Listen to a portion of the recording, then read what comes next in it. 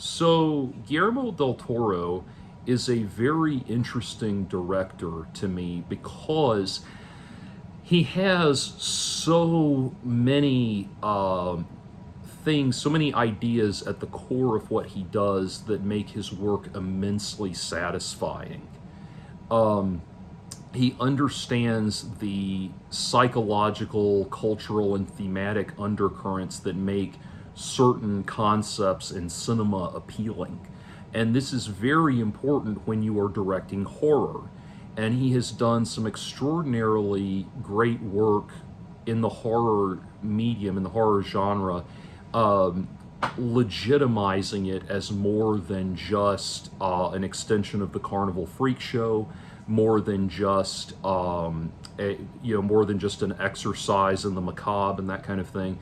He is someone like other directors like Kyoshi Kurosawa and Shinya Tsukamoto and that sort of thing that understand that the monsters and the creatures that go bump in the night, the strange Lovecraftian horrors that we are so fascinated by, these strange monsters and these strange creatures and ghosts and demons and specters and all of that, they are not just odd looking avatars for evil entities within a story, which is what happens in very bad horror, in B movie horror, C, D minus movie horror films. It's just the freak of the week that's slashing kids up and that kind of thing. And there's not a whole lot of depth to it.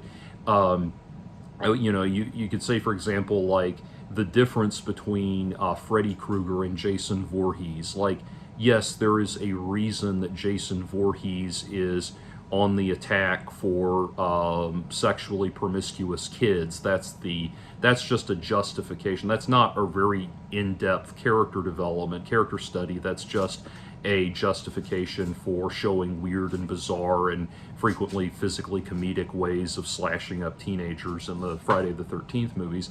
By contrast, Freddy Krueger is fundamentally he's an avenging spirit, a spirit that can't be laid to rest because of his feelings of his need for vengeance and that sort of thing. But he is that trope and that archetype in a way that explores an ever expanding and ever evolving character type, or individual character, I should say, not just character type. And so Guillermo del Toro, when he invokes monsters and the occult and demons and things like that, he's not simply doing it to be weird and bizarre. There is an undercurrent to it that makes it all the more satisfying. Arguably, his magnum opus is Pan's Labyrinth. It is a phenomenal movie. I love it. It's been a while since I've seen it, so I actually like to watch it again. It is a phenomenal, brilliant piece of work. And in that film, fundamental to that movie, is an undercurrent an ambiguity to it, where we're left as the audience, we're left to wonder if this, we know that this world that this little girl is going to, this other realm, this underworld that she's going to, we know that it is an escape mechanism for her to get away from the horrors of fascist Spain and that sort of thing, and the way that those horrors are playing out in her immediate reality. We know that, but we are left with a wonderful ambiguity to debate whether or not these places are real, or if it is just a bridge of Terabithia, imaginative realm, and that sort of thing. And that's great because Guillermo del Toro understands that he understands that these experiences, or these monsters that she's encountering and that kind of thing, have the undercurrent of being metaphorical manifestations of the trauma in her life. Characters like the satyr that she encounters, characters like the pale man, and that sort of thing have a direct corollary with the horrors that are going on in her own life and what she's having to deal with. And I love that. I love that he understands that. Now, The problem is that because now he gets into trouble, I should say, when we know when we go into a film knowing that all of the horrors we are seeing and everything that we're seeing in front of us has some thematic, sociological, or characterological, psychological undercurrent to it. When we go into a movie like The Shape of Water, and we go into a movie like The Shape of Water, and we can watch it and know that the underlying message is diversity triumphs over the cultural establishment. It comes off as shallow, asinine, condescending, pandering, that sort of thing. If you want a real in-depth analysis of the breakdown, people have asked me why I despise Shape of Water. And although I saw the film long before I saw this commentary, if you search on YouTube for Robert Barron's Shape of Water review, you will find an excellent commentary from a Catholic bishop. I'm not Catholic, but it's a Catholic bishop named Robert Barron doing an excellent analysis of the movie, making the point that water has no shape. It takes the shape of whatever it's poured into. And being that kind of person, a person who is just automatically takes on the positions and characteristics of whatever you're poured into, is not a noble virtue. Remaining resilient in the face of things that are trying to pour you into their container, that is what is noble. That is what is admirable. Anyway, but as much as as much as I love Pan's Labyrinth, and as much as I despise The Shape of Water, I had a very interesting split feeling about The Devil's Backbone. And I wanted to talk about that because people I know like to hear me talk about character development and stories and that sort of thing. And this is very much a character-driven story.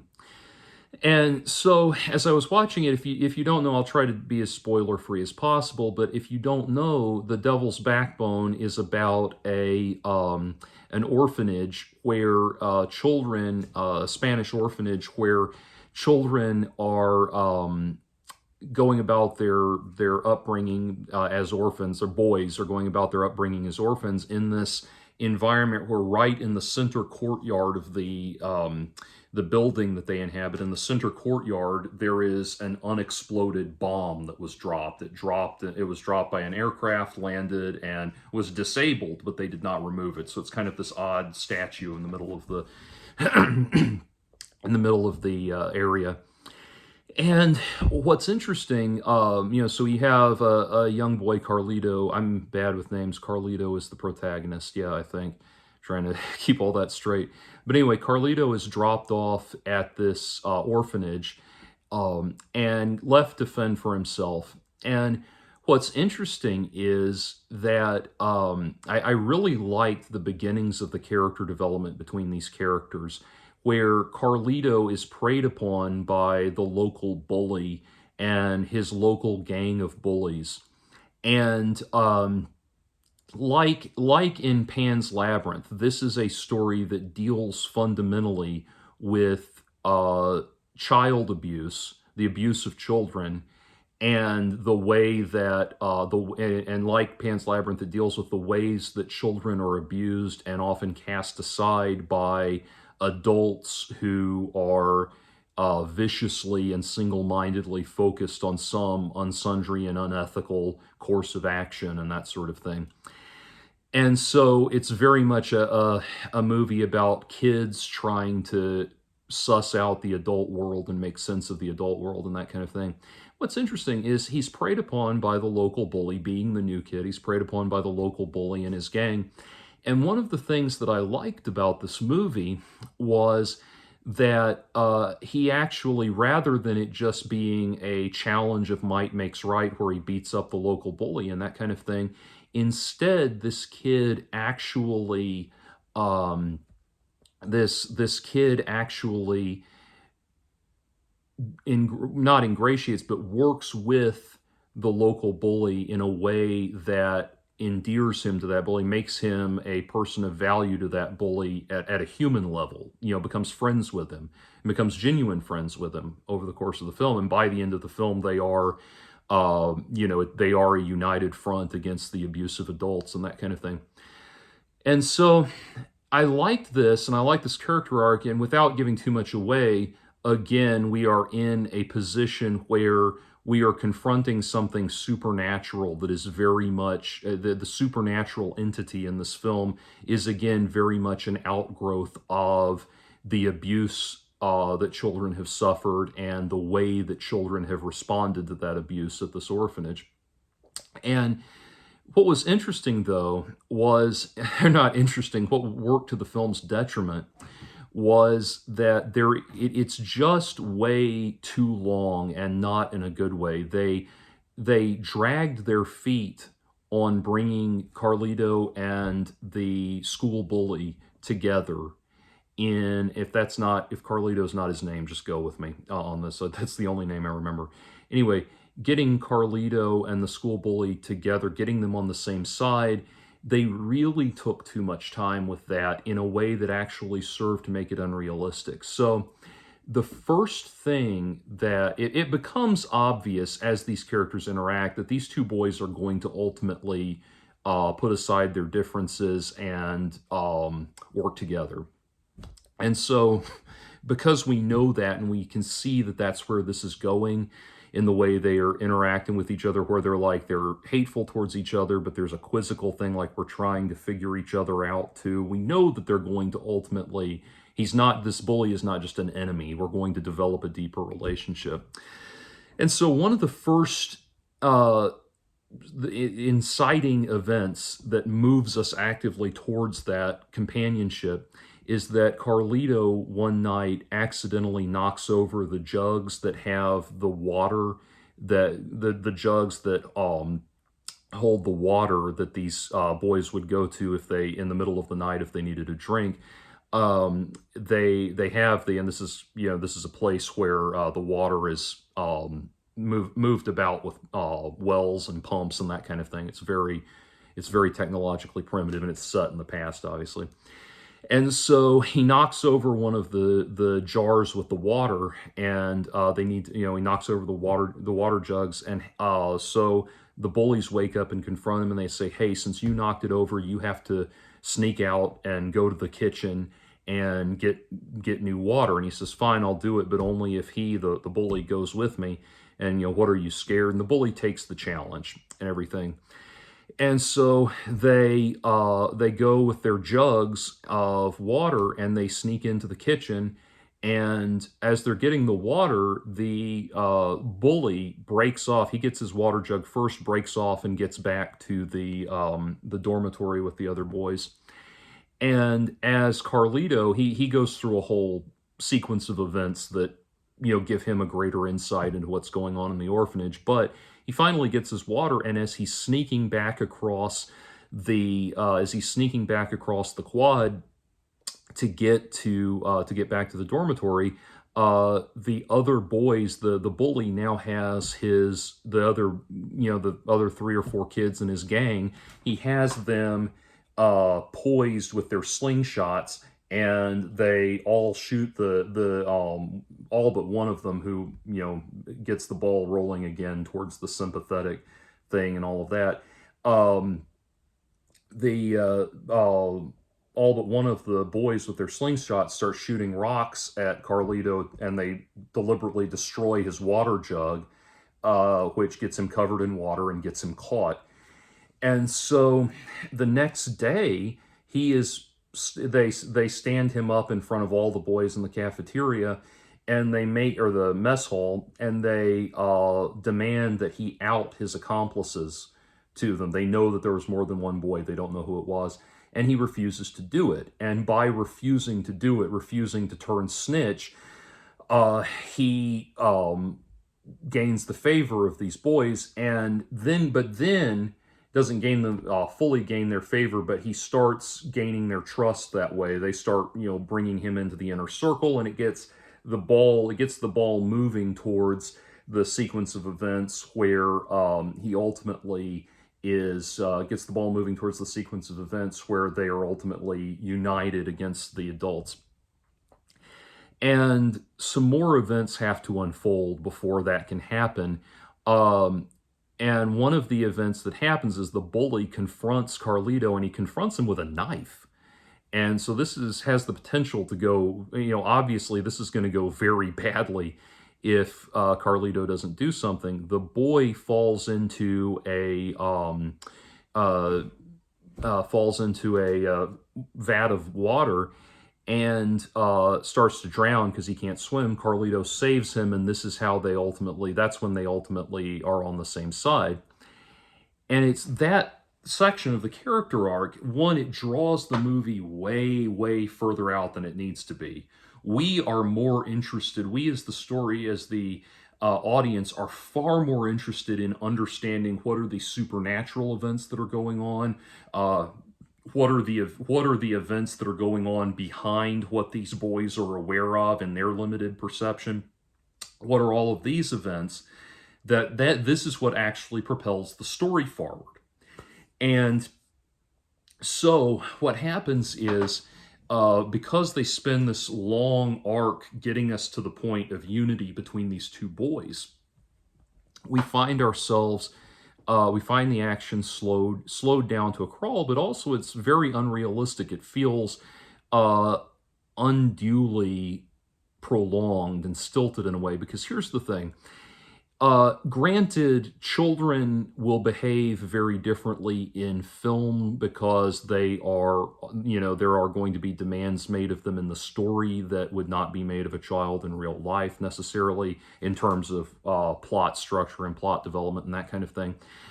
But it really, when you're dealing with horror, when you're writing a horror story where there's going to be something supernatural, something that is fundamentally unrealistic in the story, then really everything around that has to be very, very perfectly realistic, or the whole thing becomes very silly very quickly, because the audience has to buy that supernatural thing as being legitimate and not a legitimate aspect of this world. They have to accept that something like that ghosts are real, or that zombies are real, or something like that. They have to accept that as a reasonable part of this world. And for that to happen, they have to be able to accept the rest of the mundane aspects of the world as reasonable as well. And so one of the things that was incredibly unrealistic was that a little kid like Carlito, would not snitch on his accomplices when confronted by an adult, a group of very intimidating adults in authority. Children, more realistically, are not going to have this eye towards the long-term outcomes of their actions, implications of their actions. They're going to more reasonably, they're going to go, he did it. And at this point in the story, Carlito has no logical reason. There's no logical reason why he would not snitch out these kids. There's no rapport that has been developed between him and this gang of bullies that would justify him doing that. In fact, at this point, most of the adults have been, with one in particular, have been very kind and welcoming to him. It's far, far more realistic that this kid who's been abandoned by his protectors would rally more to the adult protectors than he would to the child tormentors. And so what should have happened was not that the bully would abandon Carlito while they're on this fetch quest to get more water. What should have happened was that the supernatural events, the worrisome and supernatural events that Carlito encounters by himself when he's abandoned to get the water, that should have happened to both of them. That would have forced the events, it would have forced them to rally together. It would have made them, the two of these boys, separated from the gang, separated from the adults and all of that, and the social structure of the orphanage, separated from that.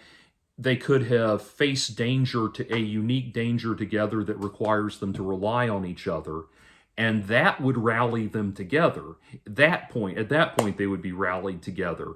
it would save us a tremendous chunk of this very slow moving movie to do it that way. And having done that, having them realize then in that moment that they could work to each other's mutual benefit, then it would make sense. Then it would make sense in the course of the character development for Carlito not to snitch out the gang of bullies. Then now it makes sense. Otherwise, this kid is moved by motivations that we cannot possibly fathom within the character development of the story.